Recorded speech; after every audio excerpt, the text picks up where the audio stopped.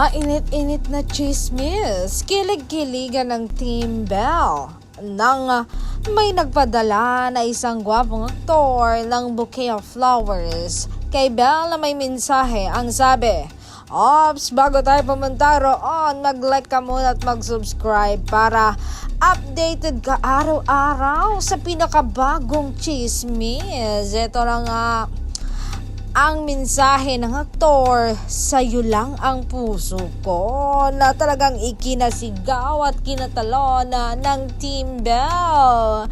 Nag-blush rin ang aktres. Grabe, alam mo na, Belle, sobra ka talagang mahal ni Donnie.